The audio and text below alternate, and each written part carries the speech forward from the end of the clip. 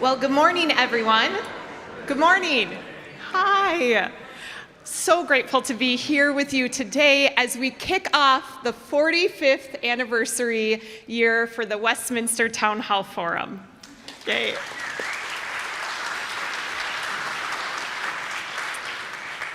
For 45 years, Westminster Town Hall Forum has been a space for voices of conscience to come together as we wrestle with matters of ethics and public life. I am so grateful to be able to join you all in stewarding this legacy and bringing it forward. My name is Sarah Wilhelm Garbers. I'm the new executive director of the Town Hall Forum. And thank you. And we are so grateful to be together today. I'm not going to say much more because you'll hear more in a little bit, but for now you're going to get to hear some amazing, wonderful, beautiful music from the Havana Quartet. So let's welcome the Havana Quartet together.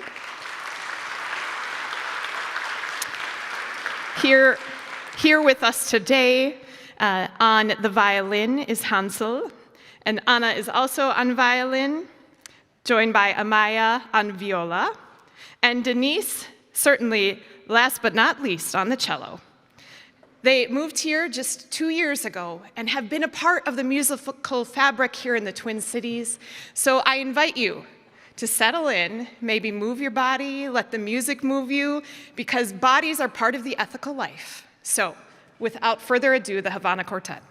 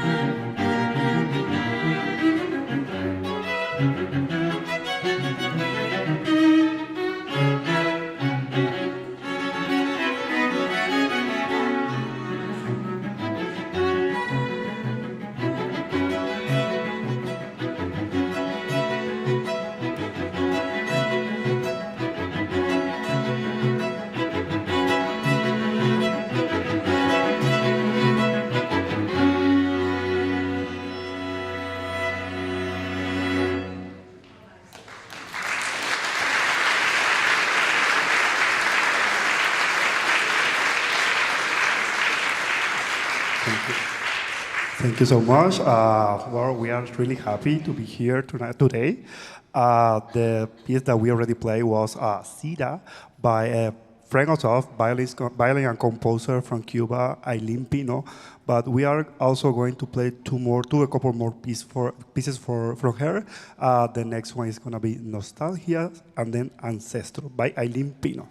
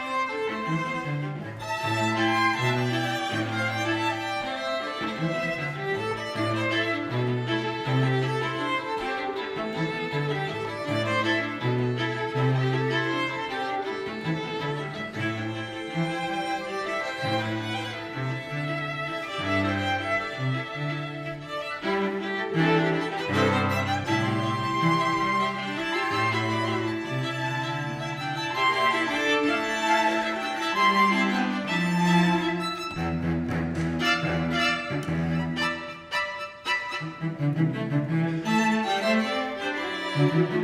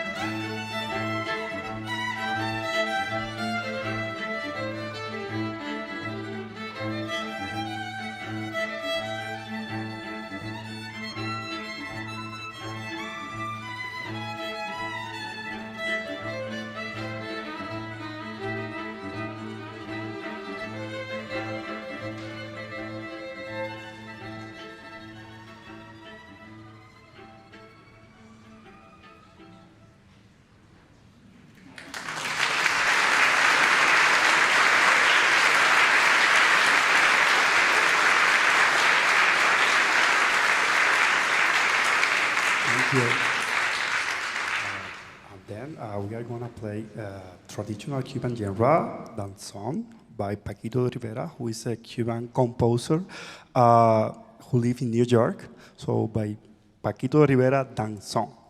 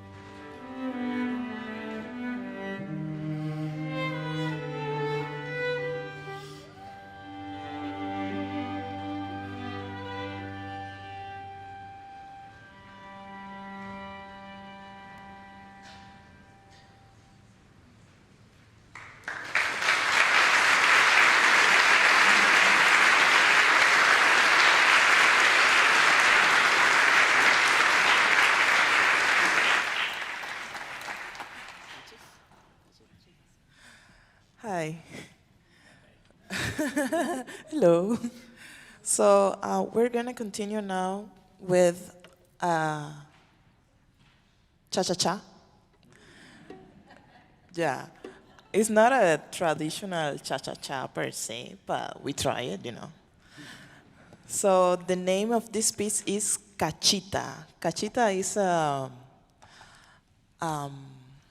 is like the lively girl, that is always in the good mood.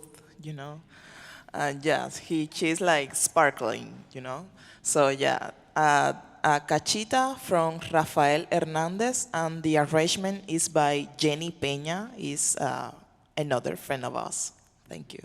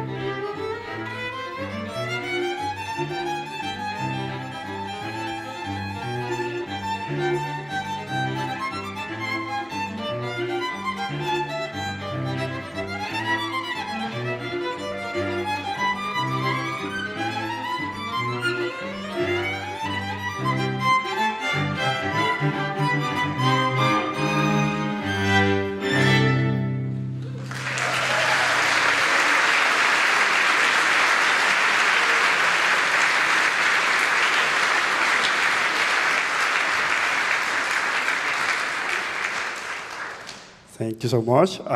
Now we are going to play Siboney, who is a bolero in tempo de rumba by Ernesto Lecuona, a popular pianist from the 19th century in Cuba. Siboney.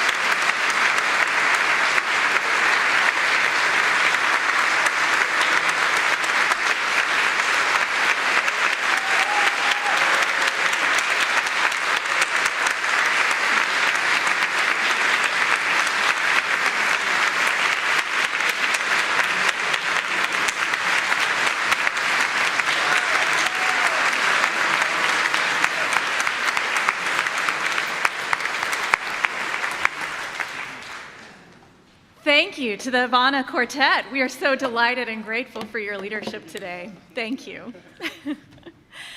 Welcome to Westminster Presbyterian Church and to the 45th season of the Westminster Town Hall Forum. How exciting to say that.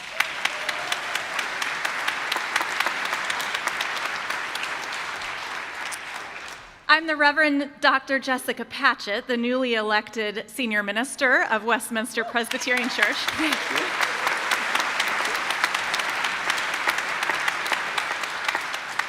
And I'm thrilled that this is one of my very first days. Even before leading worship, I get to be here with you. How fantastic. 45 years ago, Westminster members Diane and Paul Neiman moved to the Twin Cities from Philadelphia. There they had experienced invigorating public forums, and they had a vision to bring those kinds of things here to Minneapolis. So under the leadership of Westminster's then senior pastor, the Reverend Dr. Don Meisel, the forum launched in 1980 with its first speaker, Watergate Special Prosecutor Archibald Cox.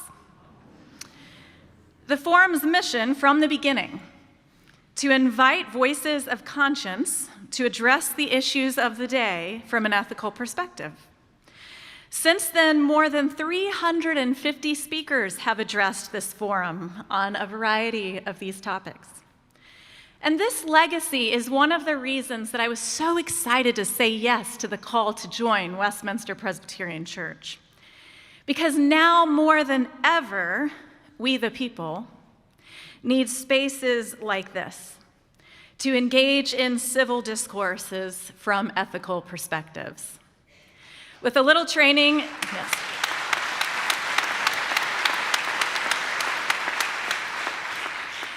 With training in journalism and 2 decades of experience in church leadership, I know how rare and essential these spaces are. So I invite you to join me in throwing both your presence and your resources behind this precious tradition, now and long into the future, because ethics matter. Say it with me. Ethics matter. I encourage those who are present in person to stay afterwards and tour the building, enjoy the art, continue the conversation, and join us for a reception, breads and spreads.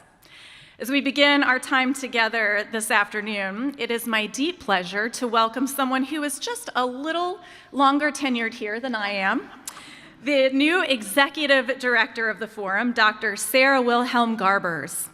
Please welcome her.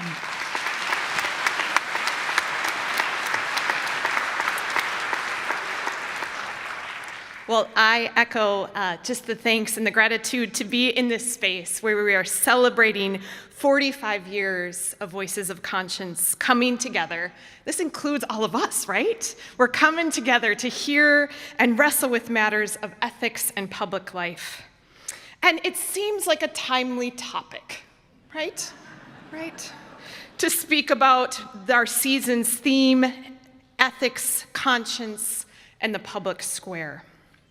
My name is Sarah, and I am so grateful and honored to sit in this seat to steward this legacy alongside of you.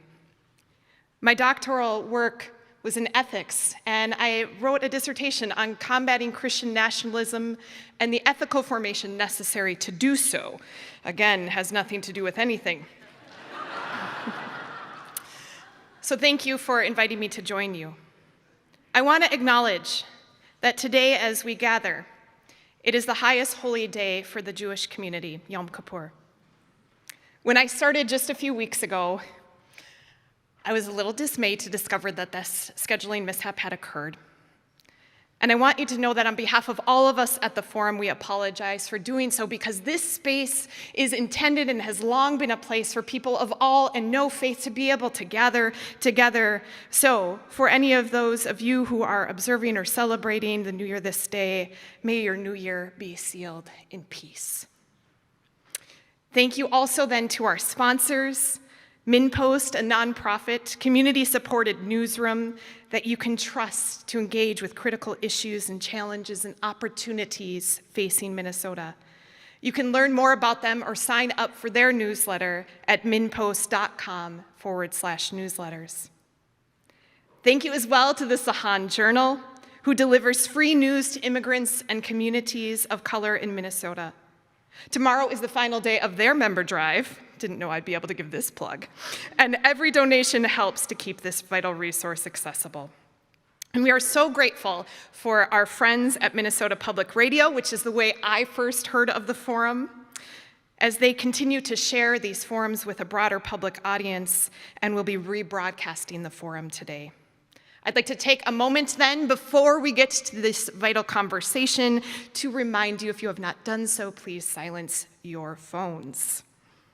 And finally, I just want to note that the Forum has been open to the public and free for all 45 years, and that is a commitment that we will continue forward. And so as or if you are able to make a donation, we are grateful for your support in all of the ways, including that you have brought yourselves to this space and that you are people who can indeed affirm, as Jessica invited us to do so, ethics matter, right? Ethics matter. Yes. So without further ado, let me welcome our guest moderator today, who is known to many of you, the former mayor of Minneapolis, a lifelong public servant committed to conversations that uplift our civic and communal lives, who is now the president of the Minneapolis Foundation, a big fan of the Westminster Town Hall. Join me in welcoming R.T. Ryback. Thank you very much. Thank you so much. The dynamic duo you just heard from, let's call them the Minnesota Twins, are two incredible new leaders of two extraordinarily important public institutions in this town. You are on hallowed ground on a couple levels. This church, this religious institution, has also been a huge civic institution. And many great initiatives have come out of here where people recognize that their faith can be expressed on a Sunday, but then go the heck out into the town and live it. And this place matters. It is also the place where this town hall forum has brought people who believe ethics matters, by the way, into this room and helped us have common civic dialogue, where we can come together, understand big issues, and try to find either common understanding or the ability to share common ground with different viewpoints. It's a remarkable place. So thank you for both being here, and it is wonderful to have you here. Over the past few months, we at the Minneapolis Foundation have been in conversations with the Town Hall Forum, about how important it is, and also about how important right now it is to put on the civic agenda the issue of how do we get information? What is media today? What is the role of media? And very, very important to look in the mirror and say, what is the responsibility and the opportunity for each of us to understand and help the media landscape? And as we planned this programming, Minneapolis Foundation next week is having a Minnesota meeting really on that question, how do Minnesotans get their information? And the Town Hall Forum has this incredible duo coming together today. We'll come back with Steve Grove from the Star Tribune later, and so all of that will be great. I do want to put in a plug too. Later on in the Town Hall Forum, we have a very special person coming, my former minister, now the Bishop of Washington, D.C., Mary Ann Buddy. Do not miss that. She is remarkable.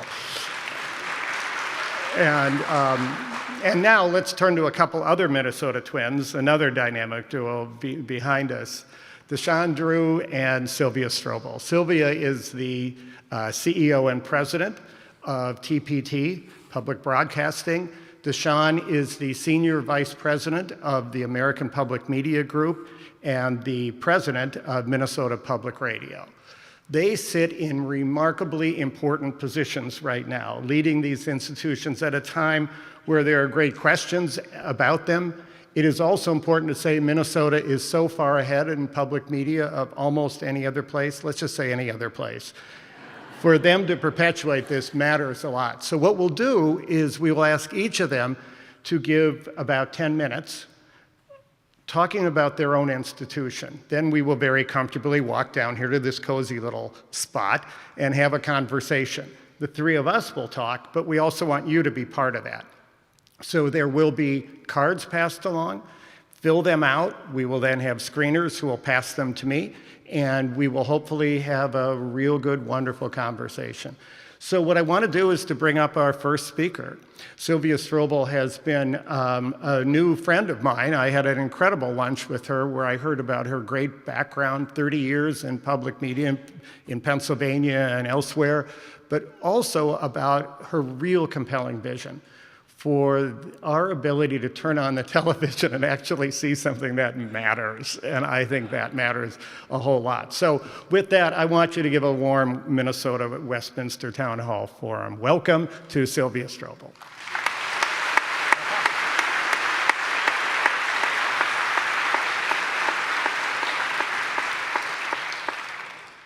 Thank you, RT, for the introduction, and good afternoon, everyone. I'm very glad to be here today with you to talk about the current and future state of public media. Throughout my remarks, you'll hear me talk about two concepts, crisis and hope. Crisis is defined as a time of intense difficulty, trouble, or danger. And in a psychological context, hope is defined as a critical resource during a crisis, providing the motivation, resilience, and strategy needed to cope with adversity and achieve desired outcomes. Over the last several months, I've come to truly appreciate the interplay between crisis and hope. So let's start with crisis. As you know, it's been a challenging year for us at TPT and across public television and the public media system. All federal funding for public media was eliminated through a rescissions package this summer. With that decision, funding that was previously approved by Congress was clawed back, resulting not only in the loss of federal funding for all stations, but the closure of the Corporation for Public Broadcasting, CPB, which provides critical funding and services that the entire system relies on. For TPT, that means we lost 10% of our funding.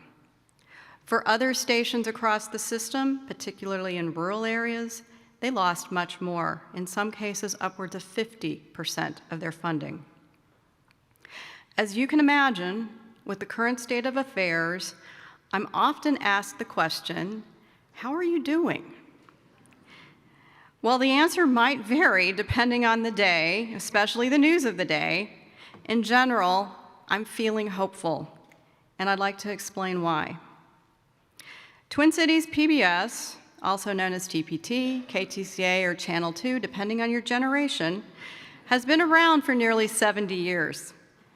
The public media system, as we know it today, has been around for over 50 years. The mission of public media is to provide content and programming that is for, by, and with community, all members of the community. Beyond that, our content, resources, and events are developed to spark connection, engagement, and learning across our diverse communities. At TPT, we provide trusted public affairs programming, award-winning national children's content that is developed with the health and well-being of children in mind, thought-provoking historical documentaries, engaging arts and culture programming, and life-saving emergency alerts in multiple languages. So while we fought hard for a different outcome in regard to federal funding, we remain deeply committed to our mission to enrich lives and strengthen our community through the power of media. And to go back to the definition of hope, our mission drives everything we do and provides the motivation and resilience we need to cope with the current environment and reach our desired outcomes. In this case, preserving public media for all. Now more than ever, we need trusted sources of information that bring people together. And in times of crisis, you can see the best in people and communities, and we've certainly seen that at TPT. Our staff have come together under enormous pressure to plan for the current and future state of our organization. We had to make difficult decisions, and our organization looks different now. But along the way, I've been grateful for the passion, dedication, and resilience of our staff, our board, and our entire organization as they inspire hope. And none of that would have been possible without the tremendous support of our community. Our community has really shown up for us. Through donations and advocacy, we have felt the love and support from our viewers, members, and donors. Especially on those very difficult days, I'm reminded that we have so many people here who are rooting for us. Our community's belief in us inspires hope for the future. So what now? I won't sugarcoat it. The public media system is in a difficult position. We are already starting to see program cancellations and stations beginning to fail. But we are not losing hope, and we are committed to continue providing programs and services that the communities rely on. We are also seeing more debates about free speech and the role of the FCC in a deeply divided political landscape. We are watching generative AI play a bigger role within media as journalists grapple with what it means to ethically and responsibly use AI when creating content. And public media is often at the center of conversations about why access to information that is community-based and not profit-driven is crucial to the health of our democracy. As one of the largest public television stations in the country, and a station that produces local original content that has a national audience, we have a unique responsibility to lead in this moment. We are working closely with public television stations across Minnesota to find ways to support one another. We are also collaborating with stations throughout the country, including our friends at Minnesota Public Radio, and leading efforts across the public television system to ensure that critical services are not lost. The system will likely look different, just like how our organization now looks different, but it will persevere. Through hard work and dedication of leaders across the country, we will find a path forward. Something else that keeps us hopeful in this moment of crisis is the amazing work our staff does every single day. We are not stopping, we are not slowing down. We are finding ways to strategically invest in our community and the future.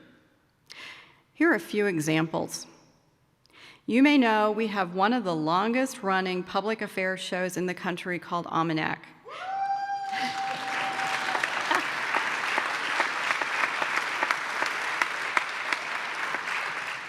And last year, Almanac celebrated its 40th anniversary. And during a time of polarization and disconnection, our audiences consistently report that Almanac is where they go for trusted information about the issues they care about most.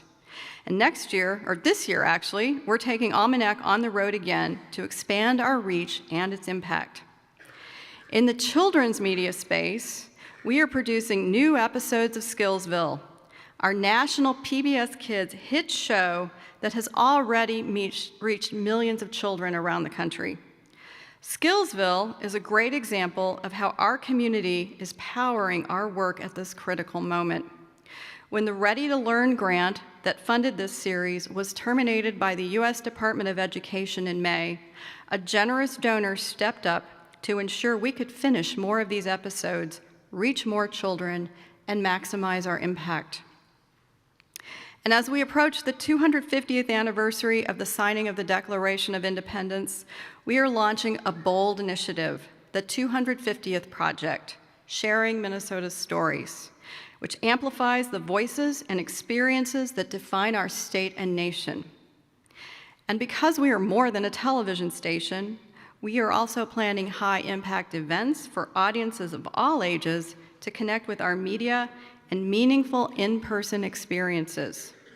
And we're continuing to provide resources and engaging activities for learners of all ages and all stages of life through our Center for Lifelong Learning. This is only a small snapshot of our work, and I'm so proud to lead an organization that makes such a big difference in our community every single day.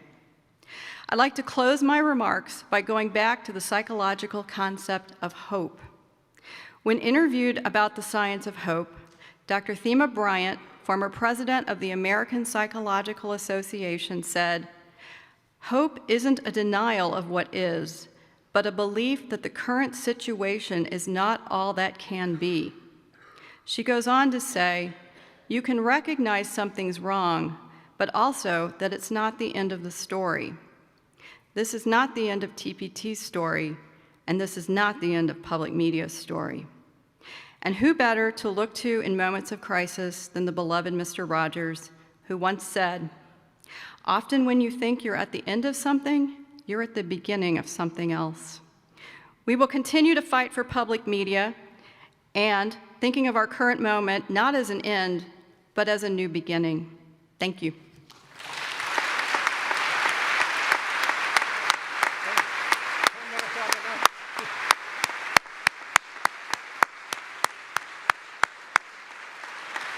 Thank you so much, Sylvia, and we will have much more of her when we have our conversation. I hope as you're thinking about that, you're thinking about some questions that we can give, which is great. Now we want to bring up our second speaker, Duchesne Drew. Duchesne is currently leading Minnesota Public Radio, but he has an extensive and I think very impressive background in this community.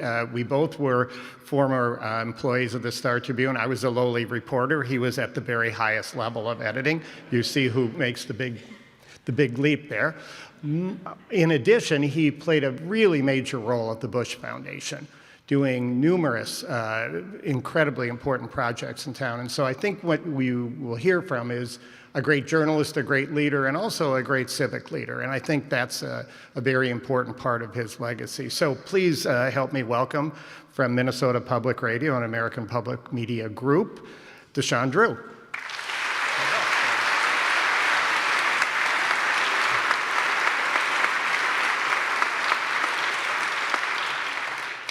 Thank you. It's good to be with you all. So as you know, it's been a challenging year, a challenging time, but also a hopeful time, as Sylvia noted. I suspect you're aware of some of the recent challenges we faced, and you may have a good sense as well as some of the progress. But I want to paint a picture of both and spend most of the time on the positive things, frankly. I'm going to touch on both of those themes today, what concerns me as well as what gives me hope for public media writ large. But before I dive in, I want to give a little bit of context, a little bit of framing. I don't want to presume that all of you are NPR members who get and faithfully read every word of every email I send out. I've been an NPR member for more than 30 years. I love what we do, and I know we can reach and serve even greater numbers of people across Minnesota and across this region. I know plenty of people rely on us, and many people, though, have no idea we even exist. So I'm working to close that gap with the team we have at NPR. We have an obligation to serve more people and to stitch this region together in healthier ways. So we serve almost 1 million Minnesotans every week across our 3 services. Our signal reaches 95% of Minnesotans, and our content is freely available to them, which is important in a world with very few reliable, independent, and affordable news options. I have multiple subscriptions to news orgs across the country that I really value, but I have to pay for them, and if I stop paying, they stop coming. Long before I became the president of NPR, I became a member of NPR, and I recognize the importance of access for people in communities who don't have the resources I do. NPR and American Public Media Group's mission is creating the future of public media by amplifying voices to inform, include, and inspire. And our vision is a connected America fueled by trust and understanding. We adopted our mission and our vision well before the recent storms rolled in, and those storms have not thrown us off course. If anything, they've strengthened our resolve to accelerate this work. And to be clear, we're not in the fetal position. We're on the move, we're picking up speed, and we can use your help. That said, let's talk about our recent challenges. Sylvia's touched on them a bit. In the last legislative session, Minnesota Public Radio lost $1 million a year in state legacy arts and cultural funding, and that affected all 3 of our services. Those cuts have led us to scale back statewide arts and cultural coverage for NPR News, and they've reduced our ability to provide musical performances and programming for your classical NPR and for the current. Then in July, the Congress and the White House clawed back $1.1 billion in funding for the Corporation for Public Broadcasting that had already been approved for FY26 and FY27. The Corporation for Public Broadcasting, commonly known as the CPB, has been the federal government's primary vehicle for funding public media. Most CPB staff members, as you may know, wrapped up their roles there on Tuesday, and a handful who remain will wind things down in January. The rescission of federal funds cost us $5 million a year and forced us to eliminate 30 jobs across NPR in August, and there are other positions we're holding vacant. It affected both NPR and our national arm, American Public Media. APM creates and distributes national programming, including Marketplace, which focuses on business, economic, and finance news. Losing $6 million in a matter of weeks was not a rounding error. It's a significant amount of money.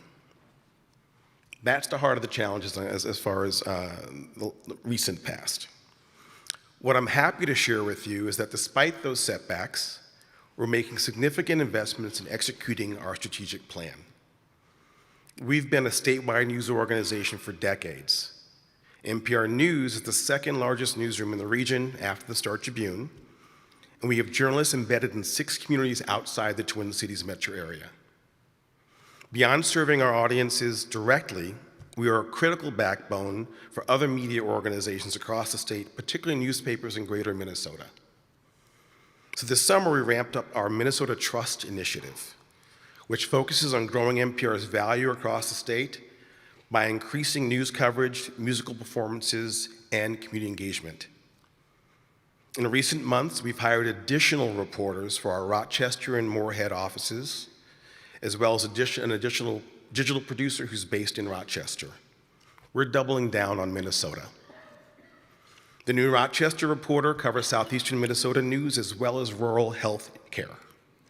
The new Moorhead reporter covers northwestern Minnesota as well as agriculture. And the new digital producer creates digital content across multiple platforms. In time, we plan to add more journalists in other greater Minnesota communities, but we'll need your support. The Current and Your Classical are also doing more community engagement in greater Minnesota, with a particular focus for now on Rochester and Fargo-Moorhead. In fact, The Current held a happy hour featuring the band Wild Horses at Drecker Brewing in Fargo back in June, and it was packed. And we don't have a radio station broadcasting The Current in that area of the state. Sit with that for a second. You can't driving around in your car, just tune into The Current up there. But The Current is available digitally, and that's where our world is going. So music lovers can tune in anywhere on the globe, including up in Fargo-Moorhead. We have fans there who love the music, love The Current, and love the opportunity to connect with other music lovers and other members of their community. And we all know we need more things that bring us together at this time. In addition to amping up the journalism and local music in greater Minnesota, we're increasing our community engagement and partnership efforts. We want more Minnesotans to feel NPR's presence, and we intend to do much of this work in partnership with other organizations that are trying to build a more cohesive Minnesota. We're also making significant investments in our ability to attract new readers, listeners, and viewers on our website and across social media channels. NPRnews.org already attracts the greatest number of monthly visits of any local public media news outlet in the nation.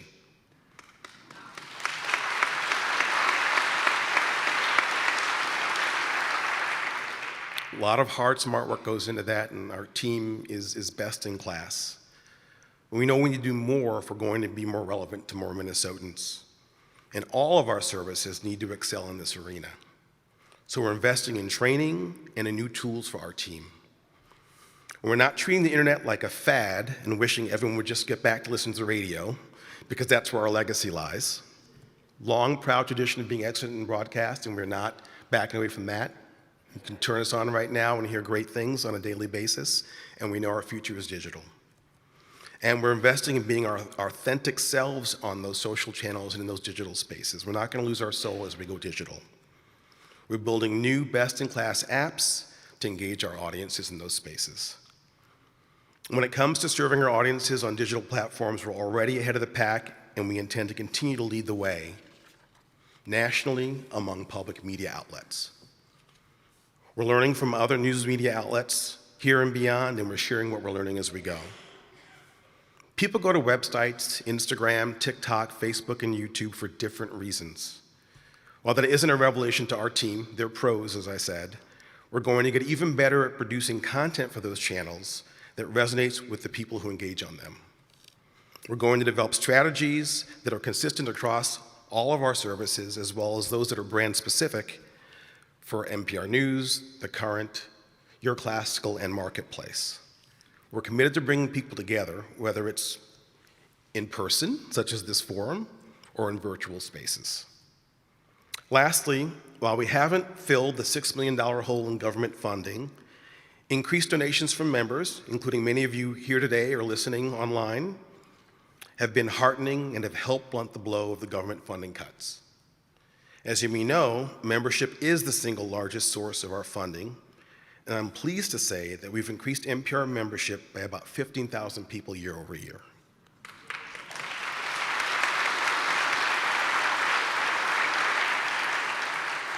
More than 132,000 people make NPR possible, and we need more of you to step up. Our quality, independent journalism is freely available, but it isn't free to produce. Thank you for making NPR possible.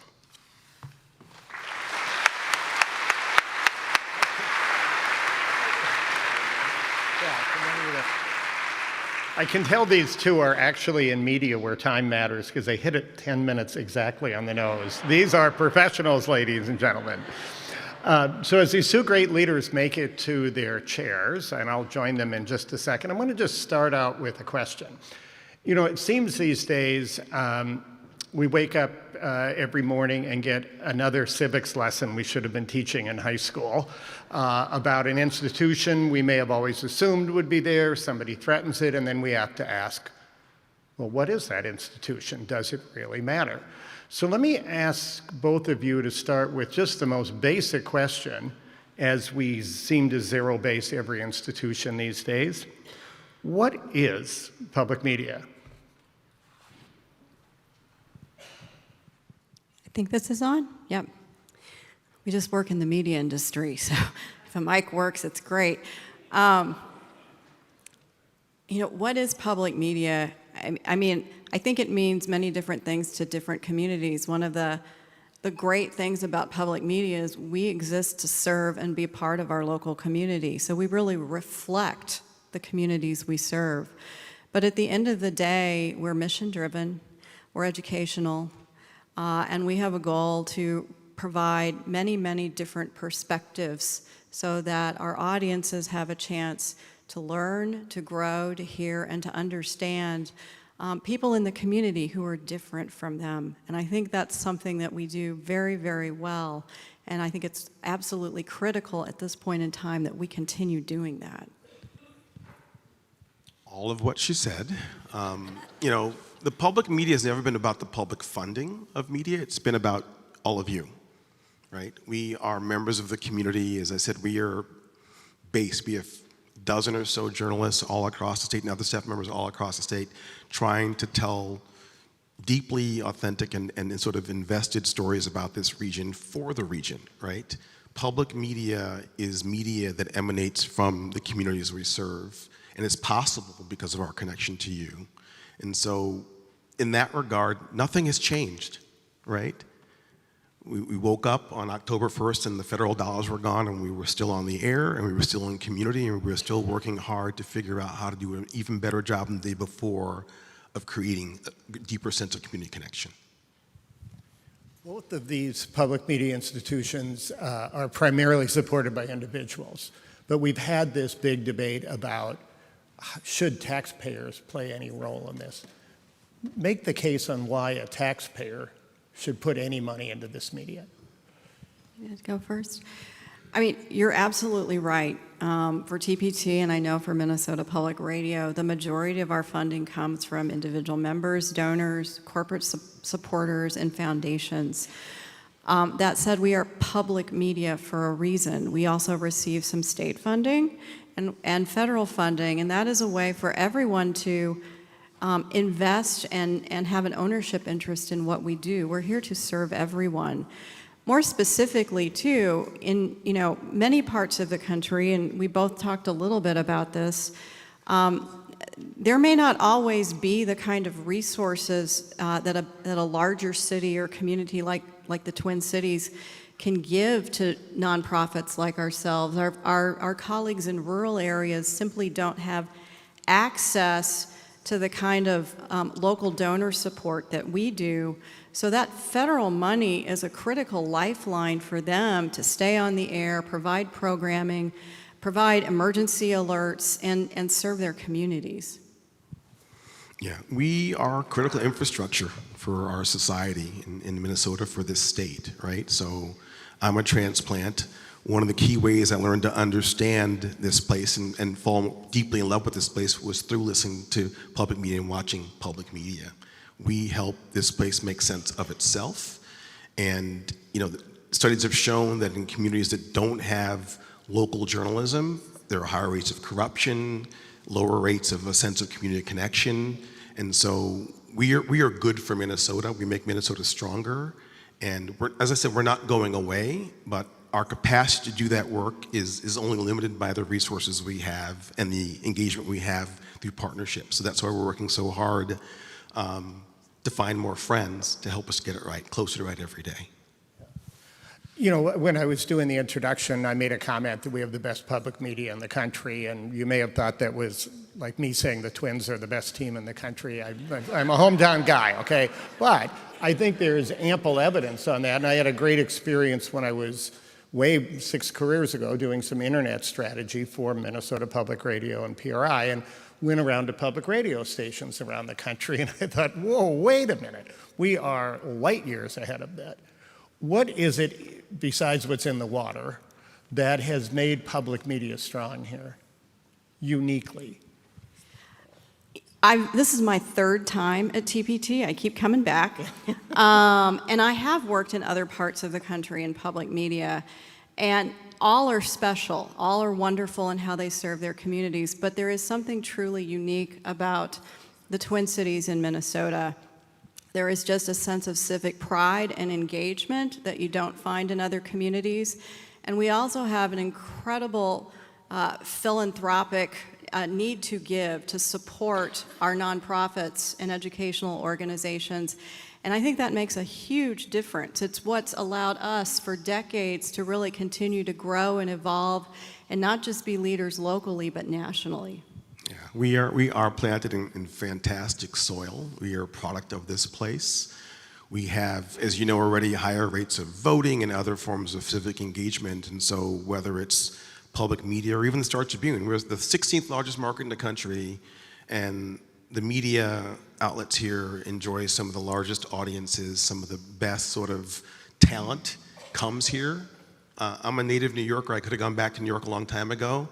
You can't beat this. We have something special going on here. The engagement that's here, the commitment that's here, the possibility that's here to do better tomorrow than we're doing today has always felt very real to me. And I think our organizations play a very, very important role in helping us see and execute on what's possible for us as a community. Let me ask the flip side of that. In whatever has made us special, has anything changed? Do you see, or is one group giving more or less? Or is the landscape easier or harder? Well, you know, certainly in this moment in time, it's become much more caustic, right? That kind of ebbs and flows. We're not as warm and welcoming today, I would say, as we were a few years ago. I have faith that we'll get back to that place and go beyond where we were at some other point. It matters. This work that we do is community building, right? And it builds understanding, and it kind of takes the fear out and replaces it with a sense of possibility.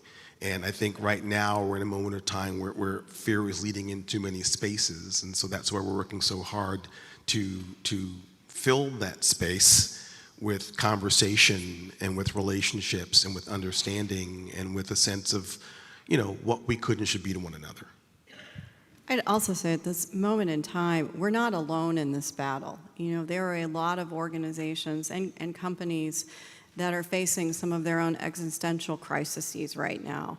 But what we can do is work together, lift up those voices. I know we work with many other nonprofits in town. It's collaborating is critically important, supporting one another, because that ultimately makes our service better and our community stronger. And I think we've seen we've always done it, but I think we've seen even more of it in recent months. Really interesting question from the audience. What if NPR and TPT use next year to encourage a declaration of interdependence? Well, this is interesting. I'm not sure fully what that question was, but let me ask sort of the more extreme part of this. There's media convergence. You're all obviously doing different platforms and such. How much can these two institutions work together? How may they work on different projects together? What's the ability in a new reality to have this be a more united effort? So Duchesne and I both started our respective organizations about the same time, which 3 weeks before the pandemic started for me and a few weeks after the pandemic started for you. So it's been 5 years of just wow, you know? I mean... Wow is a polite term for it. But, you know, I think we work well together. We've realized there's a lot more both of our organizations should be doing together. We've been exploring opportunities for working together. You may have seen, you know, we work with the Minnesota Orchestra, radio broadcast, TV broadcast, really lifted that work up during the pandemic when people couldn't go to the concerts. Right. We've also recently partnered on Stage, which is a production we did at First Avenue, and The Current has partnered with us to, you know, we've created content that we've shared. We've cross-promoted that work. NPR produces Marketplace for a national audience, for instance. We produce Next Avenue, which is an online service for people who are 50 plus. We've been doing some content collaborations there. So we're looking ahead to doing more of that, certainly as we move forward. And then, you know, I would say TPT is also working closely with the other 5 Minnesota public television stations who don't have the resources that we have. They serve really critical communities, many rural communities. We also are looking for ways that we can collaborate with them to make sure that they continue to survive and thrive. Would you just put one fine point on that? Because I think this is an important thing for people, including those of you who make contributions. Could you hold up a couple of those television stations that are the only ones? Yeah. Lakeland Public Media serves Bemidji and Brainerd, is really the only local source of, you know, television news in that area that's locally focused. They even have a nightly news show, which is phenomenal. But it's about 40%, I believe, of their funding came from the Corporation for Public Broadcasting. That's hard to overcome. I'm going to throw in KAXE and Grand Rapids and others, but other radio stations? Yeah, I mean, we're actually in conversation with Niji Radio up on White Earth Reservation about a partnership, and you may have heard Kathy Werzer broadcasting from WTIP up on the North Shore some weeks ago. So we've got long-standing relationships with other media orgs across the state. We're working, as Sylvia noted, with TPT, with other smaller regional organizations, and frankly with national organizations. We're all trying to figure out how to work better together for the good of the communities that we serve. So it's coming together. We can't spin 25 plates at once, but do know we're actively working to make the most of the resources and the creativity we have, and to find better ways to serve and connect our audiences. There are a couple of questions here about bias and perception and others. This person said, short of dropping leaflets over the Iron Range, how are you reaching those who are not big fans of public media?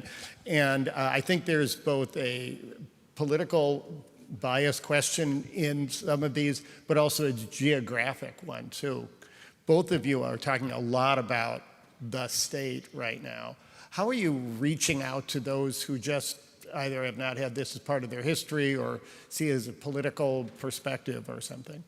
We're showing up, yeah, right? So okay. We were already in Rochester, but we added a reporter there who's covering southeastern Minnesota and rural healthcare news, right? We were already in Moorhead, Fargo-Moorhead Metro. We added a reporter covering regional issues and agriculture, and we've got more on the map. So we think we have to do the work of building relationships, building trust. It's not going to happen overnight, but we think it's our responsibility, and we don't have the expectation that everyone's going to love us suddenly, but we know that for many people, they haven't yet been given what they deem as a reason to care about whether we even exist or to find value in what we do. So we're actively working to answer that. And it's day in, day out work. I think we have to earn trust. We have to build relationships. We're going to make mistakes along the way. We have to own those when those happen. But we're committed to this. This isn't new work for us, but it's a new phase of it. You know, the whole topic of bias has really come to the forefront. I mean, there is no one program that anyone distributes that's going to address every single different perspective. What we try to do with our programming, I know the stations in greater Minnesota do the same, is offer a programming schedule that provides many, many different points of view so audience members can listen, learn, and take opinions for themselves, as opposed to just, you know, picking a media outlet that's just going to tell them what they want to hear. And I think we've got to continue to drill down and do more of that. It's really important for our democracy and our communities for us to be talking together, and learning about our differences while acknowledging we have a lot more in common than we realize. I've asked you so many business questions, and I know you're on this, but you're also in journalism. Could I turn to programming just for a little bit here? I can't live without Almanac, and every morning Kathy Wurzer just brightens my day, especially when she, geeks out with Sven Sundgaard on weather. I mean, it's great. But what are a couple pieces of programming that are new or maybe aren't as well known that you're really proud of, that you want people to have on their radar? Well, you heard me mention Skillsville. It's our newest PBS Kids show. We've been producing shows for national audiences for over 40 years. And it was funded by the U.S. Department of Education 5 years ago, and we had 18 episodes completed in May when we learned that the grant was being terminated by the administration. We had 22 episodes left to complete. This show has been seen by millions of children around the country. It is right up there with Daniel Tiger as far as its popularity. That's a big deal. Yeah. It is an incredible show, and we were fortunate to have a donor step forward to help us fund some additional episodes. But this is programming that really is important for our youngest members of our society. This is what helps set them up for success as they move forward. And I'm so proud of our team that has produced this show that we're sharing with the nation. It's beautiful work. I'll touch on two quickly, and then I'm sure I'll get back to work and hear about the other things I didn't talk about. We launched a Native News Initiative a couple of years ago, and we really want Minnesota to better understand Minnesota, and that's a huge part of who we are. We're on native land. We've done a ton of important work in that area, and it's getting national attention. Really talented journalists on that team leading that work. And we launched an effort called Reverb a couple of years ago that's focused on appealing to 20 and 30-somethings, younger adults. And so we absolutely have to figure out, how to be our authentic selves, right? We're not going to start bending the truth and just doing stuff for clicks, but we have to figure out how to tell news stories in ways that will engage younger generations. So we're actively getting after that, and we have the fastest growing Instagram account of any news org in the state because of that work. Talk about that for a second. Why is your Instagram so popular? Because we're putting a lot of videos on it that are news-based, right? That's where they are, right? So I joked about it in my prepared remarks, but we can't just wish people would come back to the radio. We're going to do radio. We're going to crush radio. That's not going to reach my kids who are in their 20s, right? So we're putting smart, interesting, engaging content where they are, right? We're creating videos, explainers, other things, and we're doing it in the format that speaks to them. We've got to be on the path that they're on, showing up in ways that make sense to them. So we're figuring that out, and we're passing along what we learn as we go. Great. Sylvia, talk a little bit about how you use different platforms. Yeah, everything we produce now, we have a multi-platform strategy around it. So Relish with Chef Yi Vang is now in its 6th season. It started out as a digital-only series. For the first couple of seasons, it was just, you could only stream it. It wasn't on our broadcast airwaves. And we realized as we went along, and we now use this strategy for almost all our programming, we needed to serve both audiences. So we package it differently, we produce it differently. It's available in shorts, it's available on air, and it just won a James Beard Award. So we're really excited about that.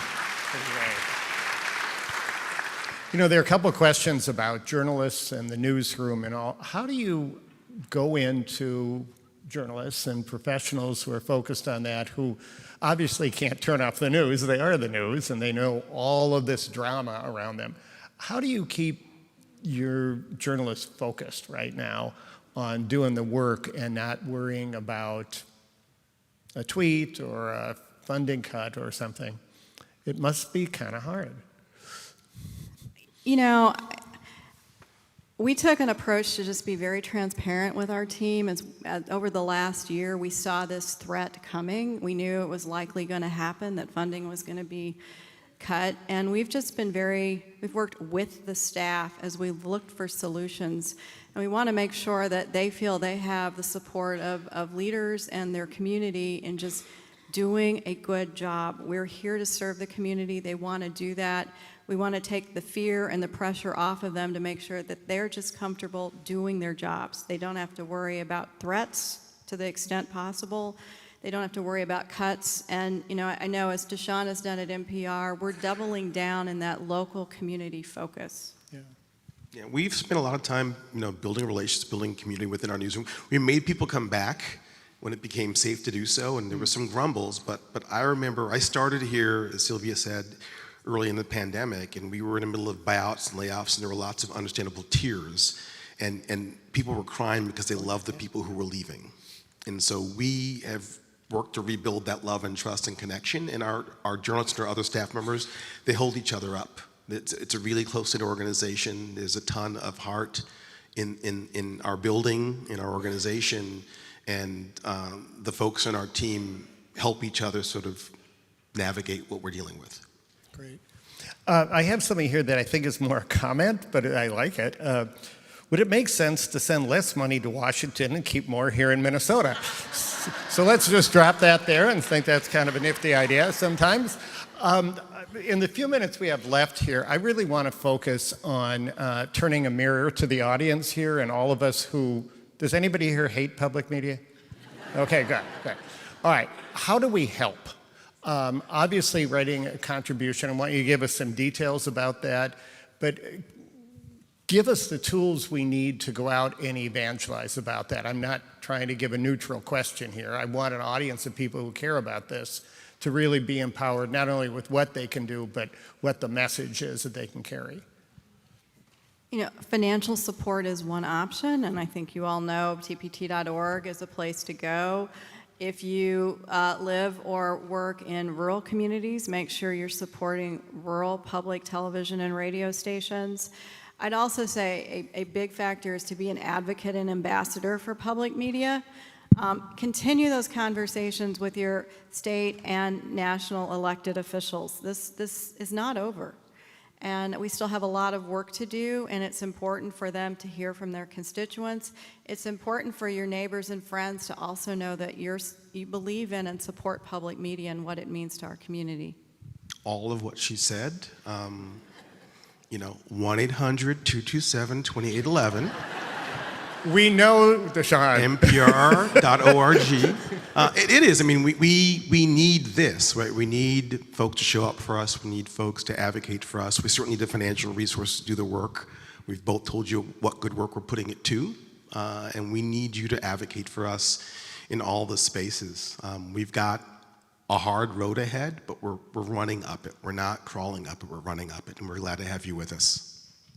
I had two questions that said, what keeps you up at night? And I'm going to ask the opposite. What hope allows you to go to sleep at night?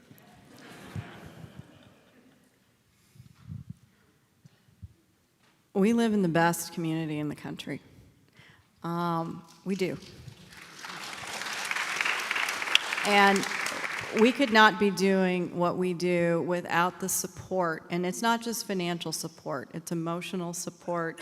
It's the volunteer time and work time that you put in to make us and our community what it is. And that's what allows me to go to sleep at night. It's the support we enjoy externally. It's the team I get to work with every day at NPR. We have remarkable people, and they're here to serve the region, and they know they've got your support behind them. People lead businesses and institutions, and they get a paycheck and all of that, but I just want us to give a thank you to you incredible public servants who are not on the public dole, who are doing remarkable work for our community, and we are blessed to have incredible media here. And just on behalf of everyone here, thank you so much to Duchesne and Sylvia. Thank you. It's really important.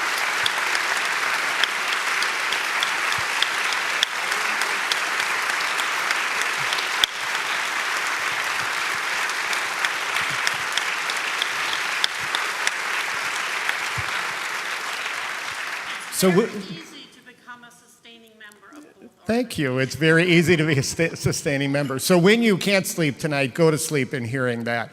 I also want to thank all of you for being part of this Town Hall Forum. There's an incredible season coming up. As I mentioned, we've really leaned into media here with this, and we're coming back with Steve Grove. Those of us at the Minneapolis Foundation next week are having the Minnesota meeting on this topic.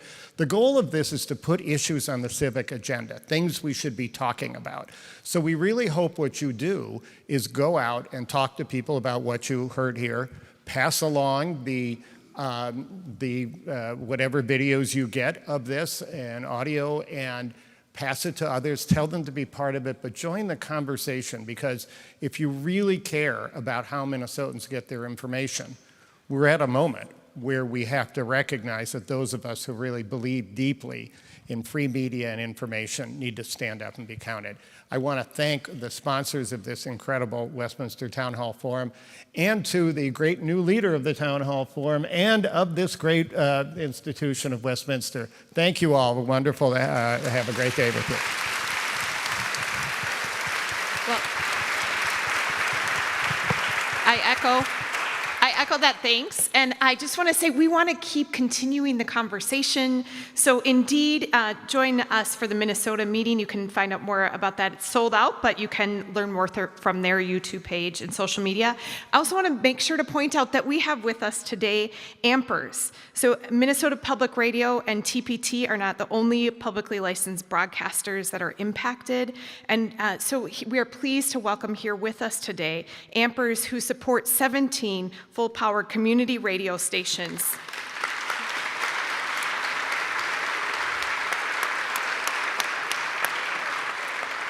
And they collectively lost $3.5 million this year. You can speak with them if you're gathered here in this space. Also, if you receive our newsletter, we are going to have a podcast conversation with Joel, who is the president of Ampers, to continue the conversation. And if you're not signed up, a great opportunity to stay in touch with us that way. And join us for Breads and Spreads as we get to converse more with our guests for today. Thank you again, all of you, for being here, for all of you who took the time and who care to continue to invest, because ethics do indeed matter. Thank you.